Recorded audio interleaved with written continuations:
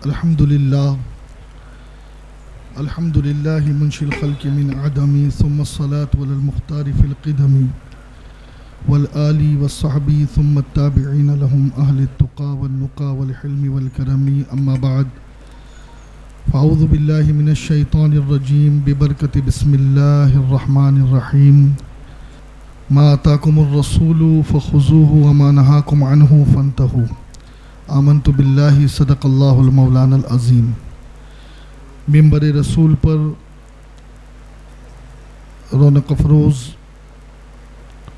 حضور بلبل باغ مدینہ عالمی ثنا خوان مصطفیٰ حضرت الحاج قاری محمد رضوان خان صاحب قبلہ دامت برکاتہم عالیہ و دیگر مبلغین، عمائدین، علماء اہل سنت، سادات اکرام، میرے سامنے بیٹھے بزرگوں، نوجوان ساتھیوں، پیارے بچوں، پردہ نشین خواتین اسلام، ناظرین اور ناظرات، السلام علیکم ورحمۃ اللہ وبرکاتہ۔ جس انداز سے میں آپ کو درود و سلام پڑھاؤں، میرے ساتھ مل کر بآواز بلند بارگاہ رسول میں درود و سلام کی نظریں پیش کر لیں۔ پڑھیں الصلاۃ والسلام علیک یا رسول اللہ، الصلاۃ والسلام علیک یا حبیب اللہ، الصلاۃ والسلام علیک یا نبی اللہ وعلی آلک واصحابک یا نور اللہ صلی اللہ تعالی علیہ وسلم۔ جزا اللہ عنا سیدنا محمدً صلی اللہ علیہ وسلم ما ہوا اہلو۔ اس درود کو جو ایک بار پڑھے گا تو 1000 دن تک 70 فرشتے اس کے نام اعمال میں نیکیاں لکھتے رہیں گے۔ اللہ رب العزت کی بارگاہ میں دعا ہے کہ مولا تعالی ہم سب کو کثرت کے ساتھ بارگاہ رسول میں درود و سلام پڑھتے رہنے کی توفیق عطا فرمائے۔ نظر آتی ہے دنیا میں نہ ہوا نہ سازگار اپنی، نظر آتی ہے دنیا میں ہوا نہ سازگار اپنی، گلے باغ خلیلی بھیج دے باد بہار اپنی۔ طریق مصطفیٰ کو چھوڑنا ہے وجہ بربادی، طریق مصطفیٰ کو چھوڑنا ہے وجہ بربادی، اسی سے قوم دنیا میں ہوئی بے اقتدار اپنی۔ ہمیں کرنی ہے شہنشاہ بطحا کی رضا جوئی، ہمیں کرنی ہے شہنشاہ بطحا کی رضا جوئی، وہ اپنے ہو گئے تو رحمت پروردگار اپنی۔ اٹھے امت کے والی کفر دھمکاتا ہے مسلم کو، علی کو بھیج دیں آ جائیں لے کے ذوالفقار اپنی، علی کو بھیج دیں آ جائے لے کے ذوالفقار اپنی۔ وہ بیٹھے ہو اٹھا ہو بارگاہ ناز کا پردہ، کہانی دل پہ در پہ کہتا ہو شفیق جانثار اپنی۔ میرے پیارے آقا علیہ الصلاۃ والتسلیم کے پیارے دیوانوں،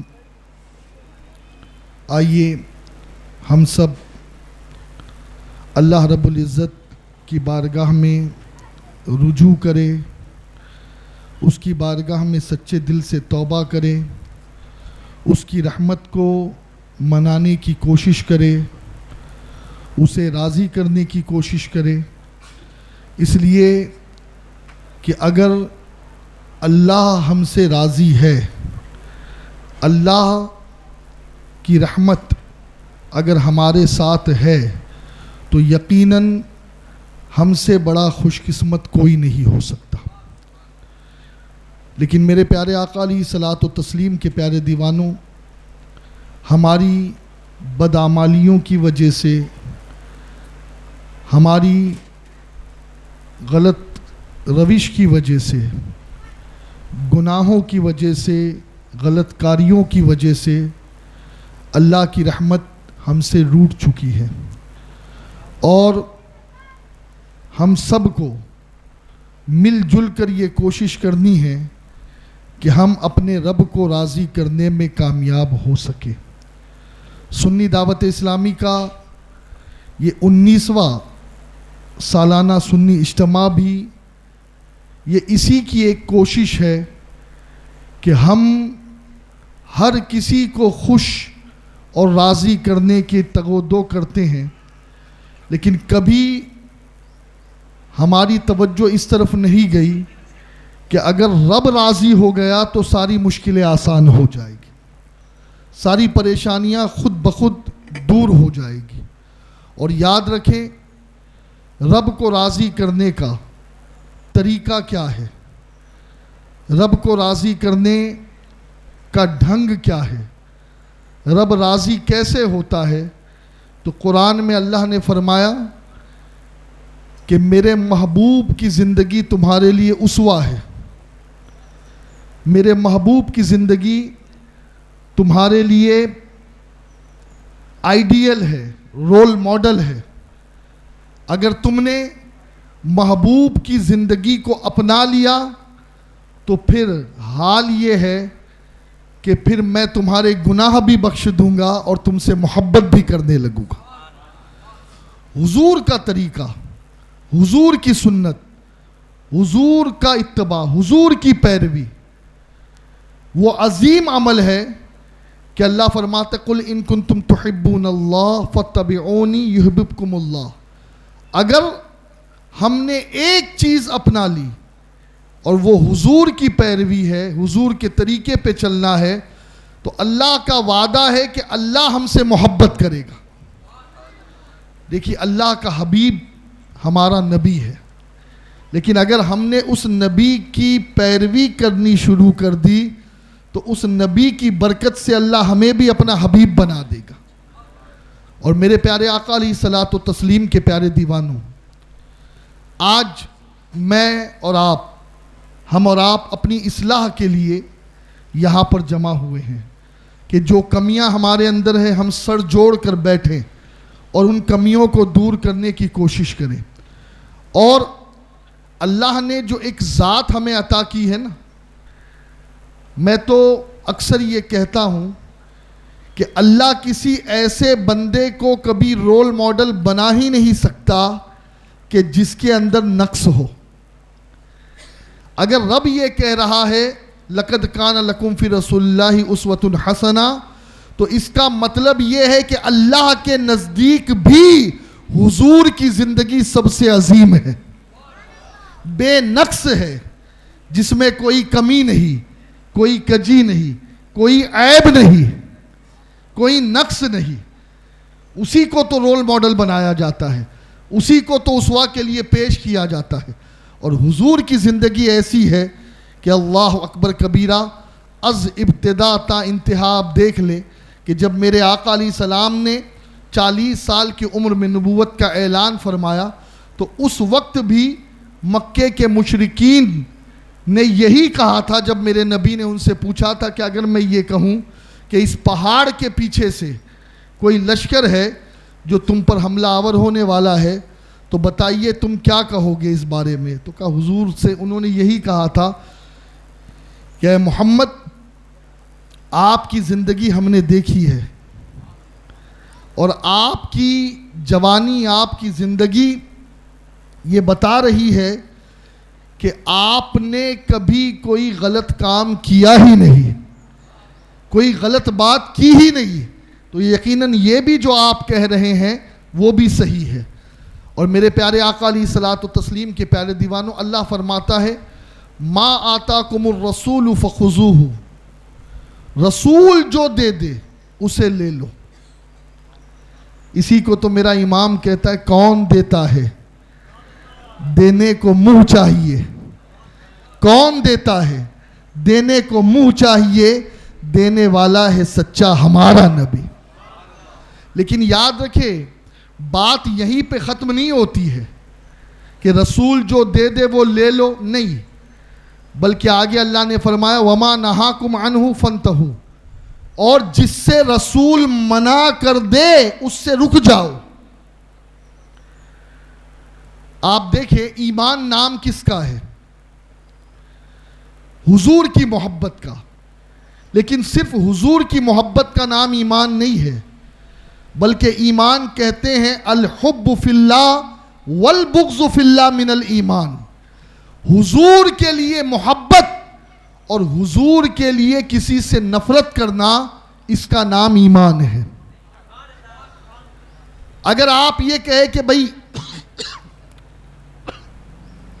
میں محبت سب سے کروں گا اور نفرت کسی سے نہیں کروں گا، تو پھر یہ ایمان نہیں ہوا.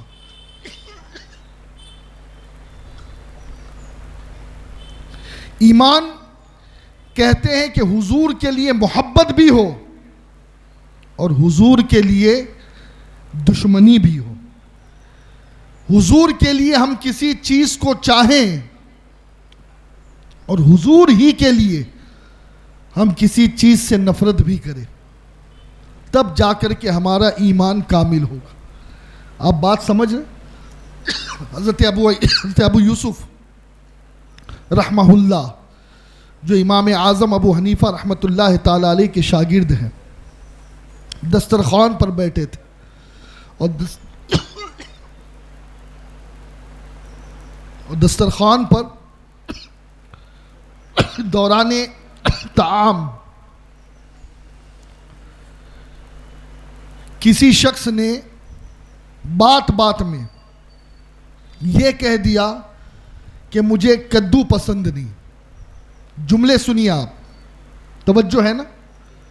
کدو، لوکی، دودھیا جس کو ہم کہتے ہیں اپنی زبان میں. صرف اس نے ایک جملہ کہا کہ مجھے کدو پسند نہیں ہے.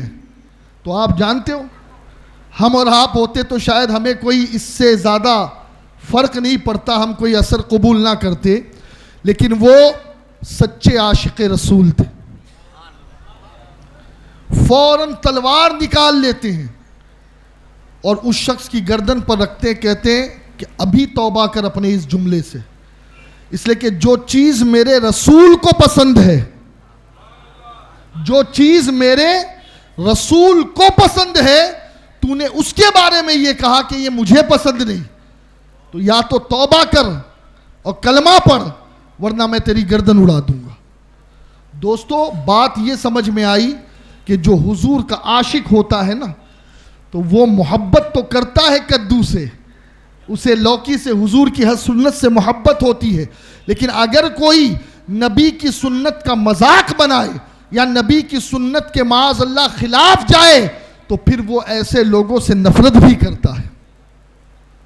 آج ہمیں اپنے اندر جھانک کر دیکھنا ہے کہ ہم دعویٰ عشق رسول کا کر رہے ہیں، لیکن حضور اکرم صلی اللہ علیہ وسلم کی سنتوں کے معاملے میں ہماری کیفیات کیا ہے، ہماری پوزیشن کیا ہے؟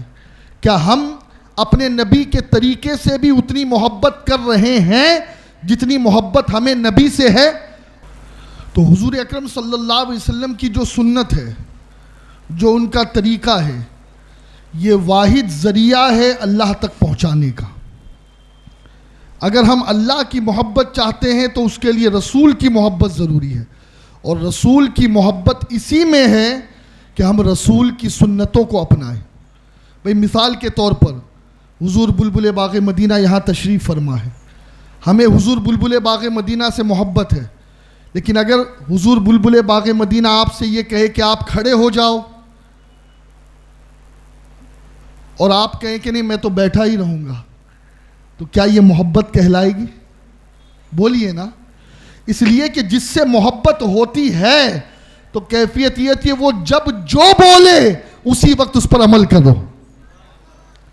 ایک صحابی رسول مسجد میں داخل ہو رہے تھے، حضور نے آواز دی جو جہاں ہے وہیں بیٹھ جائے، تو جہاں چپل اتاری جاتی ہے وہیں وہ بیٹھ گئے. کسی نے کہا ارے آپ یہاں کیوں بیٹھے؟ وہ تو حضور کا فرمان مسجد کے اندر والوں کے لیے تھا. انہوں نے کہا وہ تیری سمجھ ہوگی، میرے کان میں حضور کی آواز آئی لہٰذا اب مجھ پر بیٹھنا ضروری ہو گیا.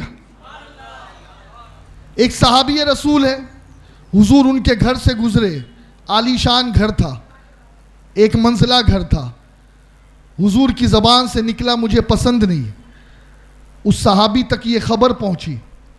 جب حضور کچھ دنوں بعد وہاں سے گزرے تو وہ ملبے کی ڈھیر میں تبدیل ہو چکا تھا.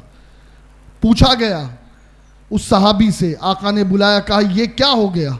کہ حضور آپ کی زبان سے یہ جملے نکلے تھے کہ آپ کو پسند نہیں ہے, اسی لیے میں نے اسے ختم کر دیا. ایک صحابی تھے, ان کے ہاتھ میں سونے کی انگوٹھی تھی, تو حضور نے فرمایا یہ کیا جہنمیوں کی طرح آپ نے عمل کیا ہے؟ تو اس نے وہ سونے کی انگوٹھی پھینک دی. کسی نے کہا کہ وہ آپ کے لیے حرام ہے, آپ کی بیوی کے لیے. کہا نہیں, حضور نے جس سے وہ کر دیا, اب مجھے اٹھانا گوارا نہیں. تو یہ معاملہ ہوتا ہے. جو نبی کے سچے عاشق ہوتے ہیں نا, وہ نبی کے دین پر عمل کرتے ہیں. ابھی آپ مبلغ سنی دعوت اسلامی محمد یونس رضوی صاحب سے سن رہے تھے کہ ایک صحابی رسول جب فارس پہنچے تھے تو فارس میں دسترخوان پر بیٹھے تھے اور دانے اٹھا کر کے وہ کھانے لگے دسترخوان کے. تو کسی نے آپ کو ٹوکا, تو آپ نے کیا جواب دیا؟ انہوں نے کہا کہ ان چند صحفا اور احمقوں کی وجہ سے میں اپنے نبی کی عظیم سنتوں کو نہیں چھوڑوں گا. زمانہ کیا کہے اس سے ہمیں کیا مطلب یار, ہم تو حضور کے دیوانے ہیں. ہمیں تو حضور کی نظر میں بسنا ہے, حضور کی نگاہ میں آنا ہے, حضور کی نگاہ میں ہمیں اپنا مقام بنانا ہے. بس حضور خوش تو پھر ہمارے لیے, اور پوری دنیا ناراض ہو جائے اس کی ہمیں پرواہ نہیں ہے. اور میرے پیارے آقا علیہ الصلوۃ و تسلیم کے پیارے دیوانوں, اللہ فرماتا ہے رسول جو دے دے اسے لے لو, اور رسول جس سے منع کرے اس سے رک جاؤ. یہ دونوں چیزیں ضروری ہے. حضور کی محبت اگر ہمارے دل میں ہیں تو ہم حضور علیہ السلام نے جو جو حکم دیا ہے اس حکم پر بھی عمل کریں گے. میں آپ کو کیا بتاؤں, محبت سیکھنی ہے نا تو صحابہ سے سیکھے. صحابہ سے بڑھ کر کوئی دنیا میں عاشق مصطفیٰ ہوا ہی نہیں ہے, ہوا ہی نہیں ہے. اس لیے کہ ان کے وہاں اف, بٹ, اگر, مگر, کنتو, پرنتو کچھ نہیں تھا. حضور نے کہہ دیا شراب حرام تو ایک سیکنڈ بھی صحابہ نے نہیں لگایا. گھروں میں بڑے بڑے مٹکے رکھے تھے, سب توڑ دیے, مدینے میں شراب کی ندیاں بہہ گئی. یہ ہوتا ہے عشق مصطفیٰ کہ بندہ اپنی مرضی کو تج دے محبوب کی مرضی کے آگے. جو محبوب کو پسند وہی ہمیں پسند, جو محبوب کو ناپسند وہ ہمیں بھی ناپسند. جب تک کہ یہ مزاج نہیں بنے گا دوستو, اس وقت تک کہ اللہ کی رحمت نازل نہیں ہوگی. اور میرے پیارے آقا علیہ الصلوۃ و تسلیم کے پیارے دیوانوں, آج جو حالات بن رہے ہیں یہ تمام چیزیں میرے نبی علیہ الصلوۃ و تسلیم نے 1400 سال پہلے بتا دی تھی. حضور نے 1400 سال پہلے بتا دی تھی. اور آپ کو پتہ ہے کہ اس وقت ہمارے معاشرے میں سب سے زیادہ جس چیز کی نحوست ہے وہ یہ ہے کہ چاہے وہ مرد ہو, عورت ہو, بچے ہو, بچیاں ہو, ہر جگہ گانے سننے کا, میوزک سننے کا ایک رواج بن چکا ہے. شادیوں میں آپ دیکھیں بڑے بڑے ڈی جے لگتے ہیں, وہاں پر بھی میوزک سننے کا رواج ہے. معاذ اللہ, کچھ لوگ تو شادی بیاہ کے موقع پر حضور علیہ الصلوۃ و تسلیم کی نعتوں کی کیسٹ بجانے کو, سی ڈی بجانے کو, یا حضور کی نعتیں سننے کو معاذ اللہ عیب تصور کرتے ہیں. معاذ اللہ, خوب گانے بجتے ہیں, خوب غزلیں. اور یاد رکھو عمدۃ القاری میں حضرت امام ملا علی قاری رحمۃ اللہ تعالیٰ علیہ نے یہ حدیث بیان کی ہے کہ اللہ کے نبی علیہ الصلوۃ و تسلیم نے ایک مرتبہ صحابہ کے درمیان یہ بات بتائی کہ میری امت میں سے ایک ایسی قوم ہوگی کہ جب وہ رات کو سوئے گی تو ان کی شکلیں سلامت ہوگی, لیکن جب وہ صبح اٹھیں گے تو ان کی شکلیں بندروں اور سوروں جیسی کر دی جائے گی. صحابہ نے عرض کی یا رسول اللہ کیا وہ اللہ کی توحید کے خوگر نہ ہوگے؟ کیا وہ آپ کو رسول نہیں مانتے ہو کہ میرے نبی نے کہا ہاں وہ اللہ کی وحدانیت کی شہادت بھی دیتے ہوگے، مجھے رسول بھی مانتے ہوں گے۔ کہا پھر یا رسول اللہ کیا وہ نماز نہیں پڑھتے؟ کہا نہیں، وہ نماز بھی پڑھتے ہوں گے۔ پھر پوچھا یا رسول اللہ کیا وہ روزے نہیں رکھتے ہوں گے؟ کہا نہیں، وہ روزے بھی رکھتے ہوں گے۔ پھر پوچھا کیا وہ حج نہیں، کیا وہ حج بھی کرتے ہوں گے؟ عرض کی یا رسول اللہ پھر آخر کیا وجہ ہے کہ وہ رات کو سوئیں گے تو ان کی شکلیں انسانوں جیسی ہوگی، لیکن صبح جب وہ اٹھیں گے تو بندروں اور خنزیروں جیسی ان کی شکل ہو جائے گی؟ تو میرے آقا علیہ الصلوۃ والتسلیم نے فرمایا اس کی وجہ 3 ہوگی۔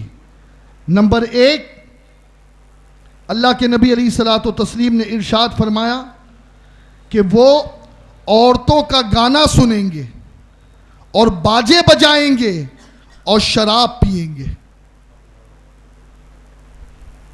اور لہو و لعب میں رات گزاریں گے۔ عورتوں کا گانا سنیں گے، باجے بجائیں گے، شراب پئیں گے اور کھیل کود کریں گے۔ دوستو یہ 4 باتیں میرے نبی نے فرمائی۔ آج آپ دیکھیں نا کون سا ایسا گانا ہے کہ جس گانے میں مرد ہو اور عورت نہ ہو؟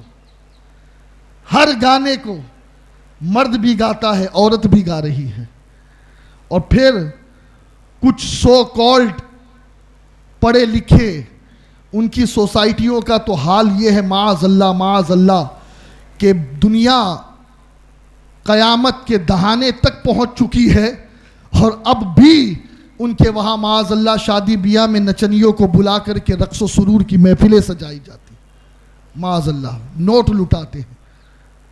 اور پھر آپ دیکھیں نا دوستو، اللہ کے نبی علیہ السلام نے کیا فرمایا کہ چہرے بدل دیے جائیں گے، مسخ کر دیے جائیں گے، اور شکلیں بندروں اور سوروں جیسی ہو جائیں۔ مجھے بتائیں آپ نے بھی دیکھا ہے، ہم نے بھی دیکھا ہے کہ ہمارے جو بزرگ تھے قسم خدا کی، ان کے چہرے کو کوئی دیکھ لینا تو ایک رعب طاری ہو جاتا تھا۔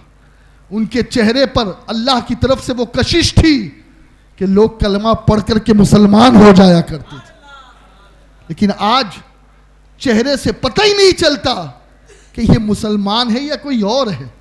نور ختم ہو گیا ہے، چہرہ بے نور ہو گیا ہے۔ وجہ کیا ہے؟ یہ شراب نے ہمیں تباہ کر دیا، یہ میوزک نے ہمیں تباہ کر دیا، یہ گانے باجے نے ہمیں تباہ کر دیا۔ جس کو دیکھو کان میں ایئر فون ٹھوس کر کے، چاہے وہ ٹرین ہو، بس ہو، فلائٹ ہو، ہر جگہ موبائل سے ایئر فون لگا کر کے بس گانے سن رہے ہیں۔ اللہ رب العزت کے پیارے رسول ارشاد فرماتے 2 چیزیں ایسی ہیں کہ جو 2 آوازیں میرے رب کو سخت ناپسند ہے، سخت ناپسند۔ نمبر 1، جس گھر میں کسی کا انتقال ہو جائے تو اس گھر کی عورتیں جو چیختی ہے، روتی ہے، اور اس رونے کی وجہ سے جو آواز پیدا ہوتی ہے اسے کہتے ہیں نوحہ۔ یہ آواز اللہ کو سخت ناپسند ہے۔ اور دوسری آواز میرے نبی نے فرمائی گانے کی آواز، کہ گانے کی آواز اللہ کو سخت ناپسند ہے۔ بلکہ ایک مقام پر میرے نبی نے فرمایا کہ گانے کی آواز دل میں نفاق کا بیج بو دیتی ہے۔ نفاق کا بیج یہ گانے کی آواز دل میں بوتی ہے۔ آپ دیکھیں نا، جہاں دیکھو وہاں گانے کی، بس میں بیٹھو تو گانے چل رہے ہیں، فلائٹ میں چلے جاؤ تو گانے چل رہے ہیں، ٹرینوں میں چلے جاؤ تو گانے چل رہے ہیں۔ آدمی گویا کہ اس سے بچ ہی نہیں پا رہا، اور اللہ کے نبی نے فرمایا کہ اس سے نفاق کا بیج دل میں پیدا ہوتا ہے، اور پھر جب وہ تناور درخت بن جاتا ہے تو پھر آدمی کا ایمان برباد کر دیتا ہے۔ اور جانتے ہو آپ، میرے نبی کو گانے کی آواز، میوزک کی آواز سے کتنی نفرت تھی۔ پہلے تو آج ایک بات میں آپ کو بتاؤں کہ یہ میوزک اور یہ گانا یہ شروع کہاں سے ہوا؟ یہ گانے کی ابتدا کہاں سے ہوئی؟ جیسے آپ جانتے ہیں کہ بت پرستی کی ابتدا شیطان نے کروائی، کہ جب کسی معاشرے میں سے کوئی نیک آدمی اس دنیا سے چلا جاتا تو شیطان لوگوں کے دلوں میں یہ ڈالتا کہ اس کی تعظیم کرو، اور اتنی تعظیم کرو کہ معاذ اللہ اس کی طرح ایک مجسمہ بنا لو اور اس کی پرستی شروع کر دو، معاذ اللہ۔ تو اس طریقے سے بت پرستی کی ابتدا ہوئی تھی۔ گانوں کی ابتدا کیسے ہوئی؟ آپ جانتے ہیں کشف المحجوب میں جو تصوف کی بڑی عظیم کتاب سیدی سرکار داتا علی حجویری رضی اللہ مولا تبارک و تعالی عنہ انہوں نے لکھا ہے، یہ 900 سال پرانی کتاب ہے، اس میں لکھی ہے یہ بات کہ داتا صاحب لکھتے ہیں کہ اللہ تعالیٰ نے حضرت داؤد علیہ السلام کو بڑی عظیم آواز عطا فرمائی تھی،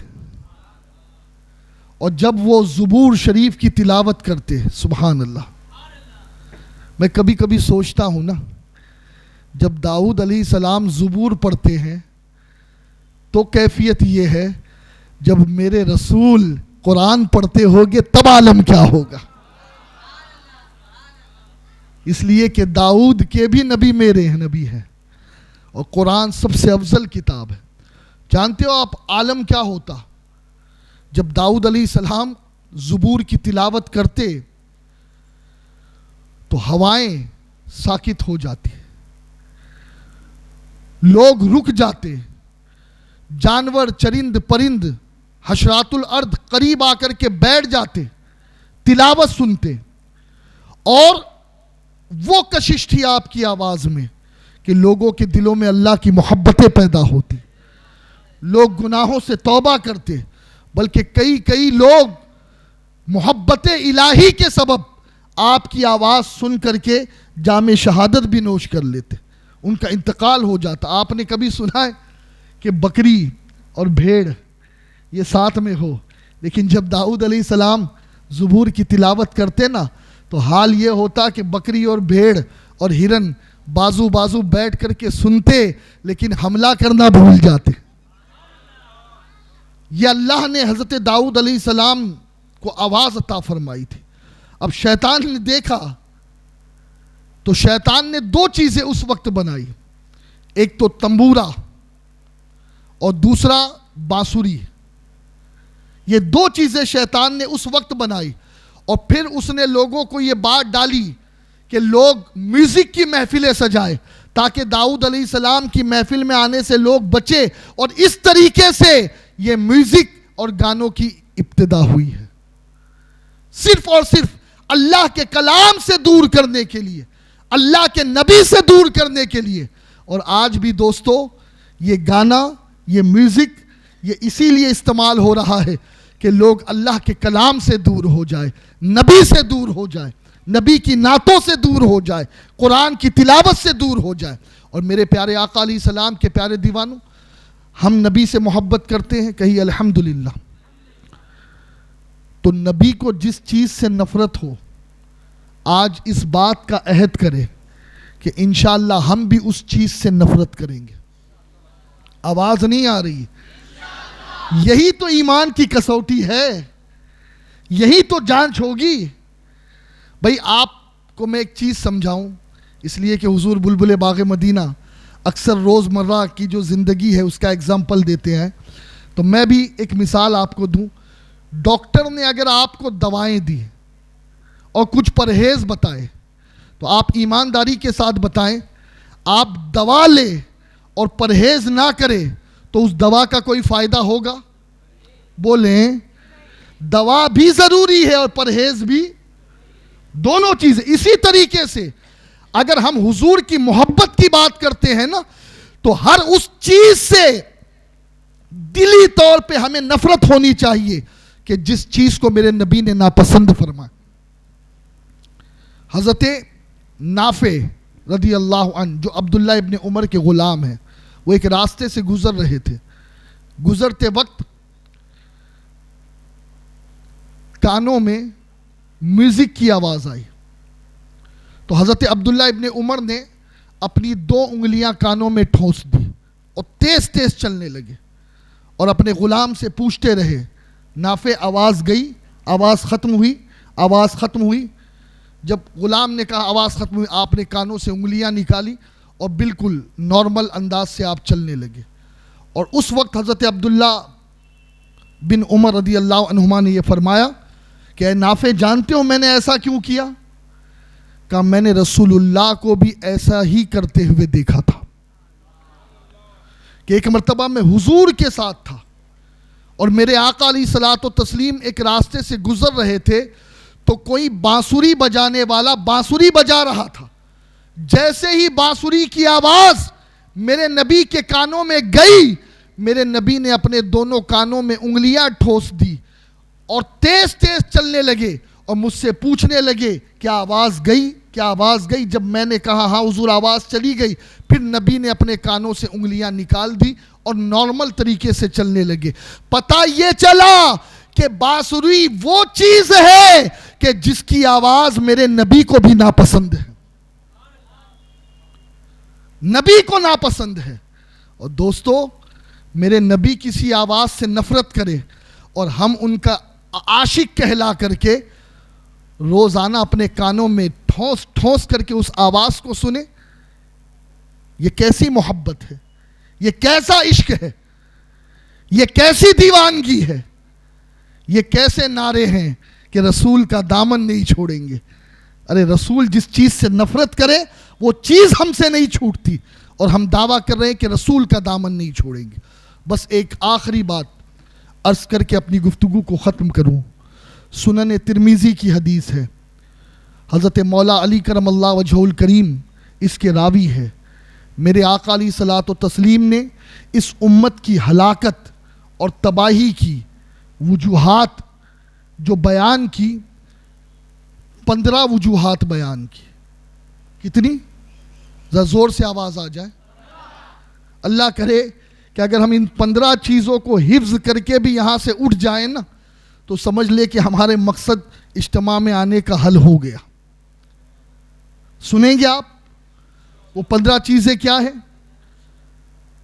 اللہ کے نبی علیہ الصلوۃ والتسلیم نے مولا علی سے ارشاد فرمایا, حضرت علی کرم اللہ وجہہ الکریم اس کے راوی ہے, اور حضور نے فرمایا کہ جب یہ 15 خصلتیں میری امت میں آ جائے گی تو آفتیں اور بلائیں نازل ہوگی.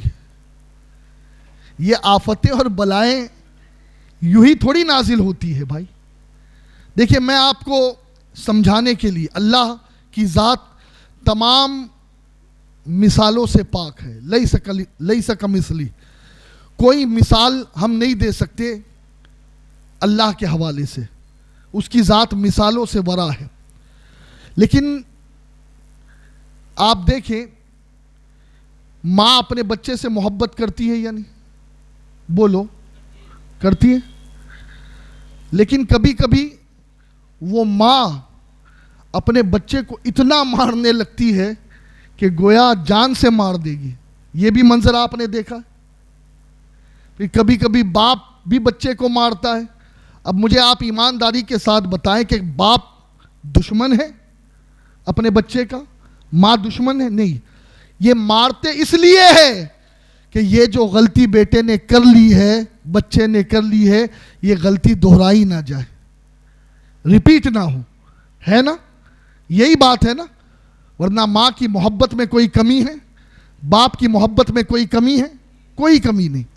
اب میرے پیارے آقا علیہ الصلوۃ والتسلیم کے پیارے دیوانوں, بلا تمثیل اللہ کبھی کبھی آفتیں, مصیبتیں بندوں پہ نازل کرتا ہے, اور اس کی وجہ یہ ہوتی ہے کہ اے بندے اب تو گناہوں سے توبہ کر لے, اب تو برے کام چھوڑ دے, اب تو نیک بن جا, اب تو سیدھے راستے پہ آ جا, اب تو اپنے آپ کو میری بارگاہ میں لے آ, اب تو نمازی بن جا, اب تو سود کھانا چھوڑ دے, اب تو جھوٹ بولنا چھوڑ دے, اب تو غیبت کرنا چھوڑ دے, اب تو بدنگاہی چھوڑ دے, اب تو فلمیں ڈرامے چھوڑ دے, اب تو گانے باجے چھوڑ دے, میری رحمت تجھے بلا رہی ہے.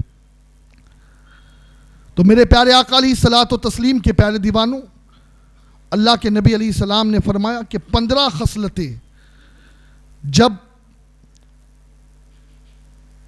میری امت میں پیدا ہو جائے گی تو پھر اللہ اسے عبرت کا نشان بنا دے گا۔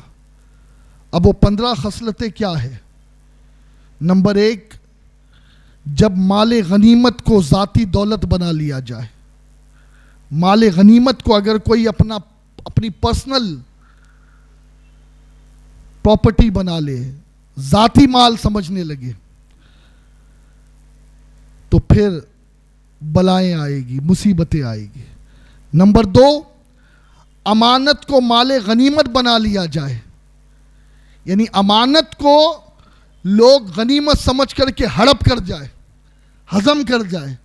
اور آج بڑی معذرت کے ساتھ یہ بات کامن ہو چکی ہے۔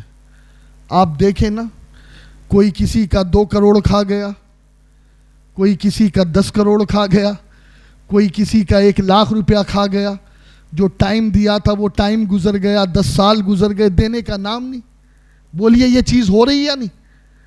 امانت کہتے کسے ہے؟ ارے ہم نے تو بزرگوں سے یہ سنا ہے کہ اگر ان کے پاس کوئی نوٹ دیتا نا تو اس نوٹ کو بھی وہ چینج نہیں کرتے، وہی واپس کرتے تھے۔ اور آج دوسروں کے پیسے کو کھانا فیشن بن گیا ہے۔ نمبر 3، جب زکوٰۃ کو جرمانہ سمجھا جائے۔ آج کچھ ہے ایسے سو کالڈ مسلمان جنہیں دین سے کوئی مطلب نہیں، وہ کہتے ہیں یار یہ تو ٹیکس ہے، یہ تو جرمانہ ہے، ہم کیوں زکوٰۃ دیں معاذ اللہ۔ تو یاد رکھے، جب یہ مزاج پیدا ہو نا قوم میں، امت میں، تو پھر مصیبتیں اور بلائیں نازل ہوگی۔ آج آپ دیکھیں نا، اگر ایمانداری کے ساتھ پوری دنیا میں جتنے مسلم بستے ہیں وہ اپنی صحیح طریقے سے زکوٰۃ دے دے، قسم خدا کی ایک بھی مسلمان غریب نہ رہے۔ اللہ نے اتنا نوازا ہے، لیکن کہاں لوگ اس پر توجہ دیتے ہیں۔ نمبر 4، میرے نبی نے فرمایا کہ آدمی اپنی بیوی کی اطاعت کرے۔ آج یہ دیکھا جا رہا ہے کہ بیوی کے آگے ماں کی کوئی ویلیو نہیں، بیوی کے آگے باپ کی کوئی ویلیو نہیں، بیوی کے آگے خاندان کے کسی آدمی کی کوئی ویلیو نہیں، بلکہ حد تو یہ کہ بیوی کہہ دے نا یہ داڑھی پسند نہیں ہے تمہارے چہرے پر، تو معاذ اللہ آدمی داڑھی تک نہیں رکھتا۔ استغفر اللہ استغفر اللہ۔ جبکہ دوستو یہ اتنی خطرناک بات ہے کہ جس بیوی کی زبان سے یہ نکل جائے کہ داڑھی اچھی نہیں لگتی یا داڑھی پسند نہیں، اسے تو عالم دین کے پاس جا کر کے رجوع کرنا چاہیے اور توبہ کرنا چاہیے۔ اس لیے کہ 2 وجہ ہیں۔ اگر وہ جہالت کی بنیاد پر یہ کہہ رہی ہے، لا علمی کی بنیاد پر، تو سخت گناہگار ہے۔ لیکن اگر اسے یہ پتا ہے کہ داڑھی نبی کی سنت ہے اور پھر وہ یہ کہہ رہی ہے کہ مجھے پسند نہیں، تو پھر اسے کلمہ پڑھ کر کے دوبارہ ایمان میں داخل ہونا چاہیے۔ جی، نبی کی سنت کو معاذ اللہ کوئی رد کر دے تو پھر اس کا ایمان کیا؟ نبی کی سنت کی عزت ہی تو ایمان کہلاتی ہے۔ تو میرے پیارے آقا علیہ السلام نے ارشاد فرمایا کہ جب آدمی اپنی بیوی کی اطاعت کرے اور نمبر 5 ماں کی نافرمانی کرے۔ آج یہی ہو رہا ہے، ماں کی کھانسی برداشت نہیں ہوتی، ماں کو دیکھنا، ماں کی خدمت بیٹوں کو گوارا نہیں۔ بیوی کہتی ہے اس بڑھیا کی کھانسی کی وجہ سے نیند خراب ہوتی ہے، بچے اٹھ جاتے ہیں، معاذ اللہ مجھے سیپریٹ گھر چاہیے۔ تو آدمی اپنی بیوی کی بات کو مان کر کے ماں باپ کو معاذ اللہ گھر سے نکال دیتا ہے یا الگ رہتا ہے۔ یہ میرے آقا علیہ السلام نے بہت پہلے فرما دیا تھا۔ نمبر 6، حضور نے فرمایا کہ آدمی دوست کے ساتھ بھلائی کرے گا، اور نمبر 7 اپنے باپ کے ساتھ بے وفائی کرے گا۔ آج ہو یہی رہا ہے، باپ کہے بیٹا مجھے 1000 روپیہ چاہیے، ارے ابا آپ جب دیکھو مانگتے رہتے ہیں پیسہ، آپ کو کوئی دوسرا کام ہی نہیں۔ اور وہیں اگر دوست کہے نا یا ذرا 10,000 روپیہ دینا، ذرا کام ہے، ارے یار 10 کیا یہ 20 لے لے۔ ہو رہا ہے یا نہیں؟ دوست کچھ کہے ایکسیپٹ، اور اگر وہی بات باپ کہے تو آدمی اسے ریجیکٹ کر دیتا ہے. تو میرے نبی علیہ السلام نے فرمایا کہ آدمی دوست کے ساتھ بھلائی کرے گا اور اپنے باپ کے ساتھ بے وفائی کرے گا. نمبر 8 میرے نبی نے فرمایا مساجد میں آوازیں بلند کی جائے گی. آج ہو رہا ہے, لوگ اپنے معاملات مسجد میں لے کے آتے ہیں, چیخ چیخ کے لوگ باتیں کرتے ہیں. ہاں اگر قرآن و حدیث کی باتیں ہو, میلاد مصطفیٰ ہو, نعت ہو, منقبت ہو, یہ چیز الگ ہے. لیکن اگر کوئی دنیاوی باتیں مسجد میں بلند آواز سے کرے تو اس سے منع فرمایا گیا. نمبر 9 میرے نبی نے فرمایا کہ سب سے رذیل کمینہ ترین آدمی قوم کا سردار بنا لیا جائے. سب سے رذیل کمینہ ترین جو آدمی ہو اسے قوم کا سردار بنا لیا جائے تو پھر مصیبتیں آئے گی, پھر بلائیں آئے گی. نمبر 10 کسی کے شر سے بچنے کے لیے لوگ اس کی عزت کرے. یعنی کسی آدمی کی عزت لوگ ہوتا ہے نا, کسی محلے کا کوئی بھائی ہو, کوئی دادا ہو, تو آدمی اس کی عزت اس لیے کرتا ہے یار اس کو سلام نہیں کریں گے نا تو یہ کچھ نقصان پہنچا دے گا. دل میں عزت نہیں ہے لیکن اس لیے اس کو سلام کر رہا ہے کہ اپنی عزت باقی رہے, اپنی عزت کی خاطر. نمبر 11 میرے نبی نے فرمایا شرابیں پی جائیں. نمبر 12 ریشمی کپڑے پہنے جائیں. نمبر 13 گانے والیاں رکھی جائے, گانے والیاں رکھی جائے. نمبر 14 آلات موسیقی یعنی مزامیر لوگ رکھیں. اور نمبر 15 لوگ اپنے سے پہلے والے لوگوں پر لعنت کرے, انہیں برا کہے.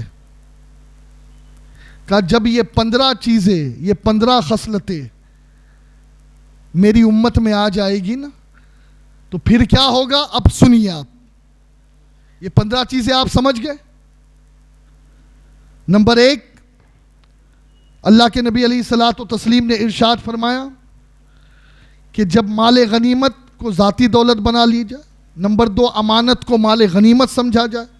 نمبر 3 زکوٰۃ کو جرمانہ سمجھا جائے. نمبر 4 آدمی بیوی کا غلام بن جائے, زن مرید ہو جائے. نمبر 5 ماں کی نافرمانی کرے. نمبر 6 دوست کے ساتھ بھلائی کرے. نمبر 7 باپ کے ساتھ بے وفائی کرے. نمبر 8 مسجدوں میں آوازیں بلند ہو. نمبر 9 رذیل ترین آدمی قوم کا سردار بنا دیا جائے. نمبر 10 کسی کے شر سے بچنے کے لیے اس کی عزت کی جائے. نمبر 11 شرابیں پی جائیں. نمبر 12 ریشمی لباس پہنا جائے. نمبر 11 گانے والیوں کو رکھا جائے. نمبر 13 گانے والیوں کو رکھا جائے. نمبر 14 آلات موسیقی مزامیر کو رکھا جائے. اور نمبر 15 امت کے لوگ جو ہے اپنے سے پہلوں کو برا کہے. تو میرے نبی فرماتے ہیں کہ اس وقت لوگوں کو سرخ آندھیوں یا زلزلوں یا زمین میں دھسنے یا چہروں کے مسق یا پتھر برسنے کا انتظار کرنا چاہیے. میرے پیارے آقا علیہ الصلوۃ والتسلیم کے پیارے دیوانوں, آؤ اپنے رب سے معافی مانگے.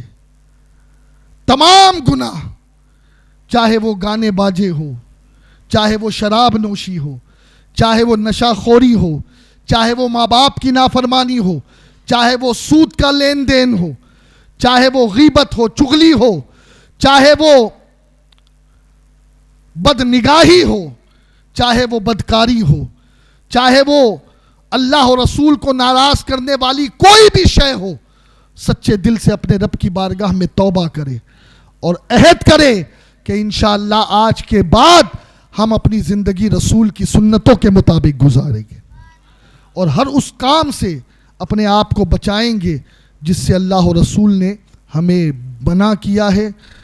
کہنے میں اگر کوئی غلطی ہو گئی ہو تو اللہ تعالیٰ مجھے معاف فرمائے, اور جو کچھ بیان کیا ہے مجھے بھی اور تمام حاضرین ناظرین سب کو اللہ تبارک و تعالیٰ اس پر عمل کرنے کی توفیق عطا فرمائے۔